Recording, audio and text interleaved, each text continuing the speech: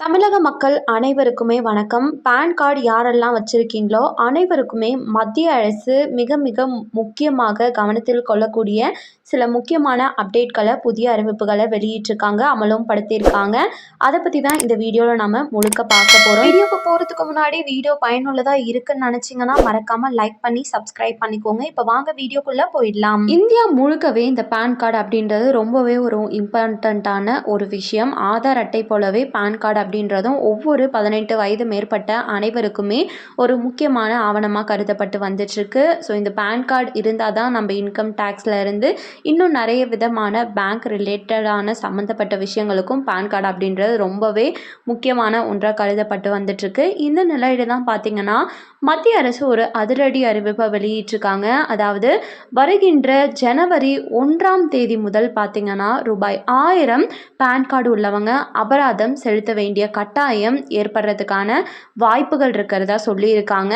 அதாவது மத்திய அரசு என்ன சொல்லியிருக்காங்கன்னா, இந்த பான் கார்டு யாரெல்லாம் வச்சுருக்கீங்களோ ஸோ அவங்க உங்களோட ஆதார் கார்டை பான் கார்டுடன் இணைக்கப்பட்டிருக்கா இல்லையா அப்படின்னு ஒன்ஸ் செக் பண்ணிக்கோங்க. அப்படி இல்லை அப்படின்னா உடனே இந்த ஆதார் கார்டை பான் கார்டுடன் டிசம்பர் 31ஆம் தேதிக்குள்ளே இணைக்க பாருங்க.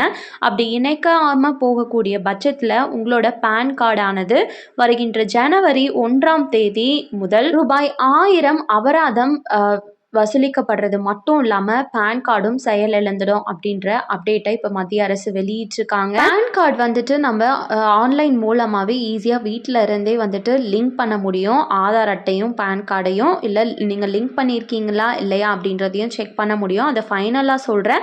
அதற்கு முன்னாடி பான் கார்டு டீஆக்டிவேட் ஆகிடுச்சு அப்படின்னா நமக்கு எந்த மாதிரியான சிக்கல்கள் எல்லாம் சந்திக்க நேரும் அப்படின்னு சொல்லி பார்த்தோன்னா வருமான வரி தாக்கல் செய்ய முடியாது.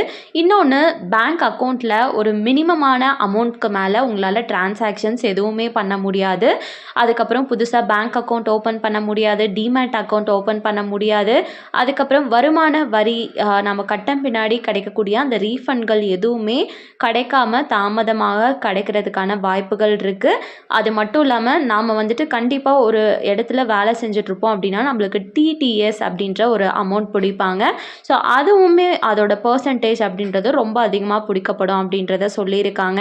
ஸோ இவை எல்லாமே தவிர்க்கணும் அப்படின்னு நினச்சிங்கன்னா வெப்சைட் இன்கம் டேக்ஸ் டிபார்ட்மெண்ட்டோட வெப்சைட்குள்ளார போயிட்டு அதில் குவிக் லிங்க்ஸ் அப்படின்ற ஆப்ஷனை கிளிக் பண்ணிங்கன்னா அதில் லிங்க் ஆதார் அதுக்கப்புறம் PAN card, Aadhaar card, link status check இந்த மாதிரியான ஆப்ஷன் இருக்கும். அதை கிளிக் பண்ணி நீங்கள் லிங்க்கும் பண்ணிக்கலாம், ஸ்டேட்டஸையும் செக் பண்ணி பார்த்துக்கலாம். ரொம்ப சிம்பிளான விஷயந்தான், உடனே பண்ணிக்கோங்க. இல்லைனா ரூபாய் 1000 அபராதம் அப்படின்றது கம்பல்சரியாக உறுதியாக ஜனவரி 1 முதல் அமலுக்கு வந்துடும்.